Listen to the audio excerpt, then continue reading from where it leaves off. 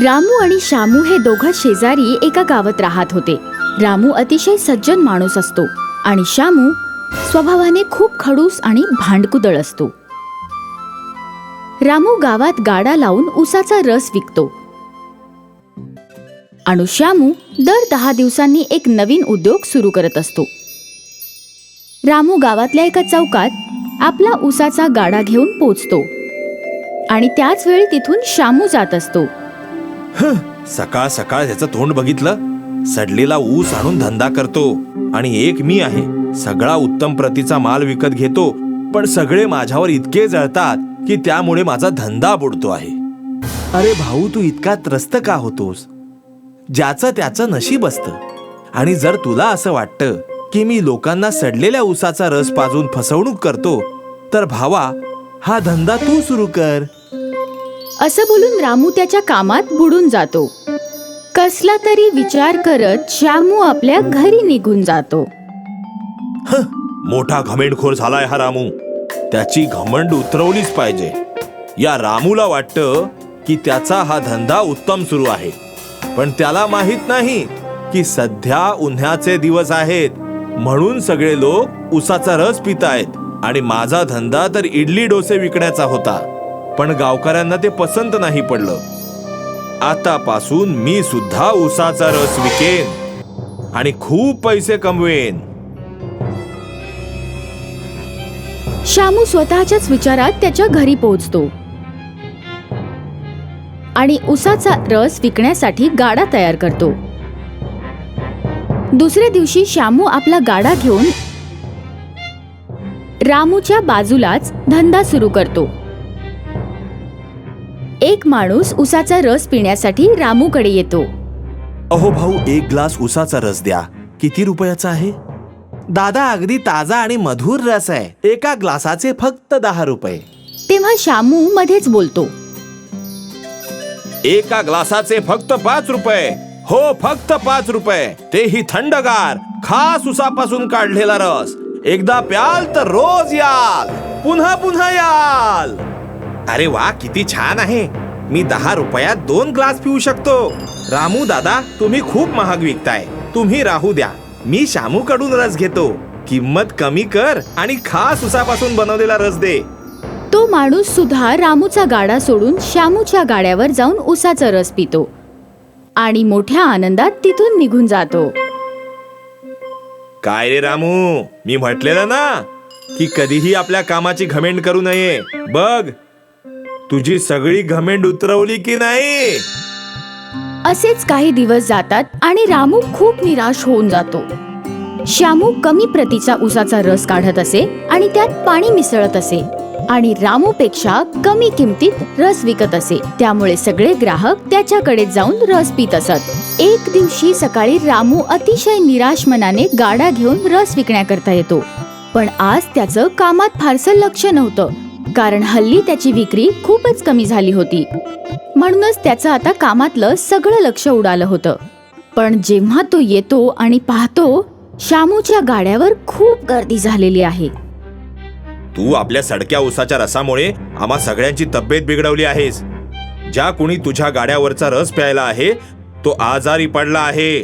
आता आम्ही तुला सोडणार नाही. सगळे मिळून श्यामूला चांगला चोप देतात आणि पुन्हा एकदा त्याचा धंदा बंद पडतो.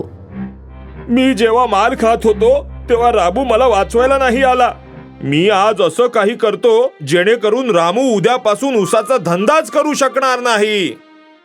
चिडलेला श्यामू भंगारवाल्याकडून एक जुनं उसाच्या रसाचं यंत्र घेऊन येतो आणि रात्री रामूच्या यंत्राची आणि भंगारवाल्याकडून आणलेल्या यंत्राची अदलाबदल करतो. त्याचं स्वतःचं काम बंद पडल्याचं अजिबात दुःख नसतं, पण रामूचं काम बंद पाडण्यात त्याला जास्त आनंद असतो. हाच विचार करत तो झोपी जातो. दुसऱ्या दिवशी, मला हे मशीन जरा विचित्र आणि खूप वेगळं वाटतं आहे. तसंही हे कोण बदलणार म्हणा. चला, आता यातूनच रस काढतो. रामू जसा त्यात ऊस घालतो तसा त्या यंत्रातून रस बाहेर पडण्याऐवजी सोन्याची नाणी बाहेर पडू लागतात. रामू पटकन आपल्या घरी येतो. मग तो यंत्रातून भरपूर सोन्याची नाणी बनवतो आणि त्यांना पैशांमध्ये बदलतो आणि छानपैकी जगतो. रामूकडे एवढा पैसा कुठून आला? आता तर त्याने काम करणं सुद्धा बंद केलं आहे. काय गुपित आहे ते बघायलाच हवं. श्यामू गुपित शोधून काढतो, पण तो तेव्हा डोक्याला हात लावून बसतो जेव्हा त्याला हे समजतं की भंगारातून आणलेला यंत्र सोन्याची नाणी देणारे यंत्र होतं. श्यामू ते यंत्र चोरण्याची योजना बनवतो आणि ते यंत्र चोरून नेण्यात यशस्वी सुद्धा होतो. आता मी यातून चिक्कार सोन्याची नाणी कमवीन. श्यामू यंत्रात ऊस तर टाकतो, पण ऊसासोबतच तो सुद्धा यंत्रामध्ये ओढला जातो आणि त्याचा मृत्यू होतो. अनेकदा आपण दुसऱ्यासाठी खोदलेल्या खड्ड्यात स्वतःच जाऊन पडतो आणि आपलं नुकसान करून घेतो, पण ज्याच्यासाठी खड्डा खणला त्याची मात्र भरभराट होते.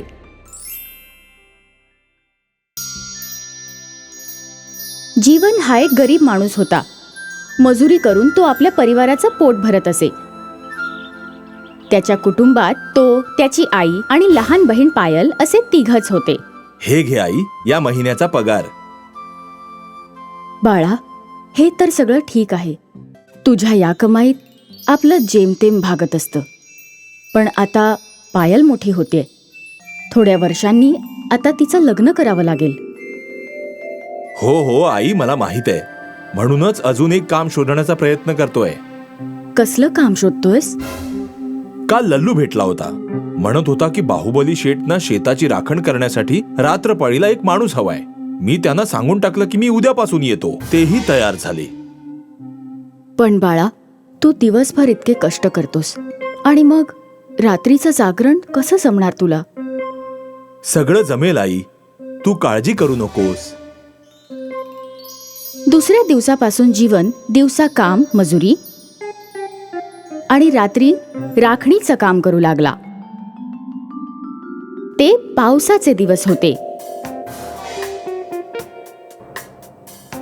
सकाळी जेव्हा जीवन आपल्या घरी जात असताना त्याने पाहिलं की रस्त्यात पाणी भरलं आहे आणि एक म्हातारी महिला तिथे उभी आहे.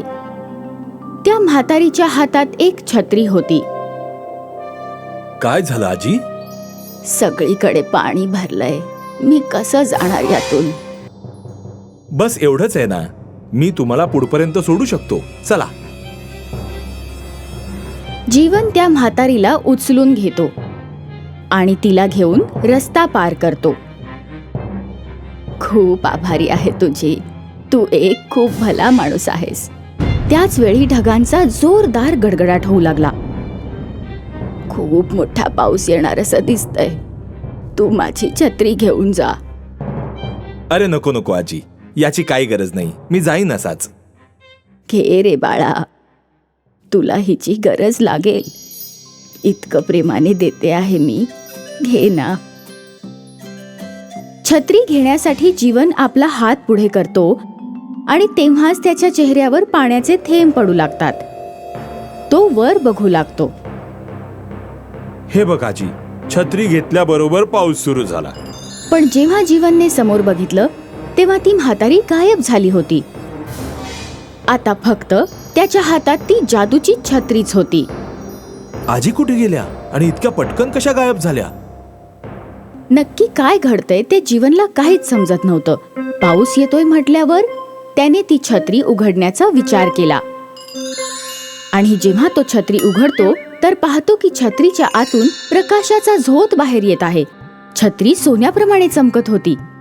हा तर चमत्कार झाला. जीवनने ती छत्री बंद केली आणि धावत धावत त्याच्या घरी पोहोचला. आई, आई, पायल, पायल.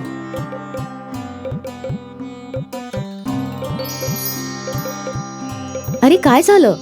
काय झालं दादा? हे बघ आई, आज मला काय मिळालं? ही तर एक छत्री आहे. ही साधी सुधी छत्री नाहीये आई. जीवन आपल्या आईला ती छत्री उघडून दाखवतो. पुन्हा एकदा त्यातून प्रकाशाचा झोत बाहेर पडतो आणि ती छत्री सोनेरी रंगाची होते. ही तर अगदी सोन्यासारखी चमकते आहे. दादा, आत काहीतरी लिहिलं आहे. जे मागाल ते मिळेल. याचा अर्थ काय आहे? कुणास ठाऊक, पण आता मला भूक लागलीये. मला खूप जेवण हवंय. असं म्हणतात सोनेरी छत्रीतून जेवणाचे पदार्थ पडू लागतात. हे बघून तिघेही आश्चर्यचकित होतात. ही नक्कीच जादूची छत्री आहे. आता म्हण की तुला सोन्याची नाणी हवी आहेत. ठीक आहे, आता मला खूप सारी सोन्याची नाणी हवी आहेत. सोन्याच्या छत्रीतून सोन्याच्या नाण्यांचा पाऊस पडू लागला. सोन्याच्या नाण्यांची चमक पाहून तिघांचेही डोळे दिपून गेले. बाप रे, इतकी सोन्यांची नाणी! दादा, ही छत्री तुला कुठे मिळाली? ते मी घरी येतच होतो तेव्हा. जीवन त्या म्हाताऱ्या महिलेची सगळी घटना कथन करतो आणि हेही सांगितलं की ती कशा प्रकारे गायब झाली. सगळी देवाचीच कृपा म्हणायची. हे बघ बाळा, मला काळजी वाटतच होती की पायलचं लग्न कसं करायचं, पण आता आपल्याकडे इतकं सोनं आहे की आपण सगळ्या गावाला वाटू शकतो.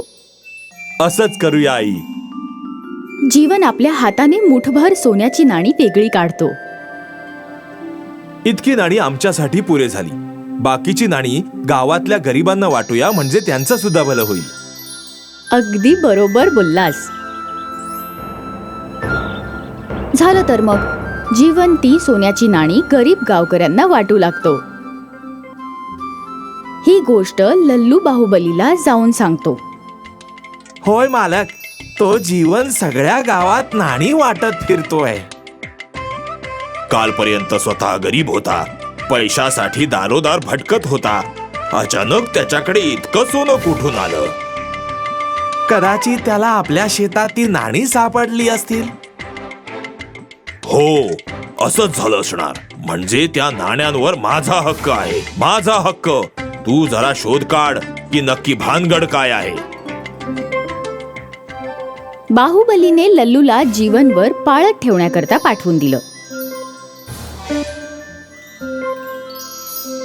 लल्लू पाहतो की जेव्हा जीवन छत्री उघडतो आणि सोन्याची नाणी मागतो तेव्हा त्या छत्रीमधून सोन्याची नाणी पडतात.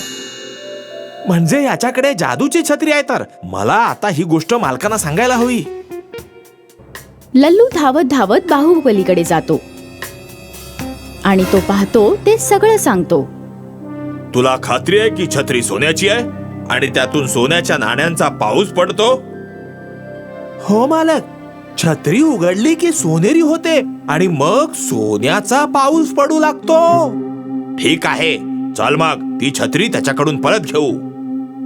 चिडलेला बाहुबली जीवनच्या घरी येतो त्या सोन्याच्या छत्रीवर माझा अधिकार आहे. आणि बाहुबलीने जीवनच्या हातातून ती छत्री हिसकावून घेतली. पण जेव्हा बाहुबली ती छत्री उघडतो तेव्हा त्या छत्रीमधून चिखल खाली पडतो आणि बाहुबलीचा चेहरा चिखलाने माखून जातो. तू तर म्हणाला होतास ती सोन्याची छत्री आहे. ही घे जीवन, घे तुझी भिकारडी छत्री. आणि लल्लू, तुझ्याकडे तर मी बघतोच आता. नको नको मालक, नको मालक. बाहुबलीने लल्लूला चांगला चोप दिला आणि ते दोघं तिथून निघून गेले. मग जीवन ती छत्री उचलून घेतो. बहुतेक या छत्रीची जादू संपली आहे. आता आपल्याला आणखी कोणाची मदत करता नाही येणार आई. जीवन खूप निराश झाला, पण तरीही त्याने छत्री उघडण्याचा प्रयत्न केला आणि पुन्हा एकदा त्या छत्रीतून प्रकाशाचा झोत बाहेर आला आणि ती पुन्हा एकदा सोनेरी छत्री झाली. पुन्हा काहीतरी नवीन लिहिलेलं दिसतंय आता. सोन्याची छत्री फक्त सोन्यासारख्या माणसांनाच मिळते. अशीच दुसऱ्यांची मदत करत राहा. तिघेही खुश झाले. आता सोन्याच्या छत्रीमुळे ते आता अनेक लोकांना मदत करू शकणार होते. जीवन हा नेहमी दुसऱ्यांचं भलं करण्याचा विचार करत असे. म्हणूनच ती छत्री सोन्याची छत्री झाली आणि सोनं देत राहिली. बाहुबलीच्या मनात हाव होती, म्हणूनच सोनेरी छत्रीने त्याला चिखल दिला. या गोष्टीतून आपण हा बोध घेतला की जशी नियत तशी बरकत.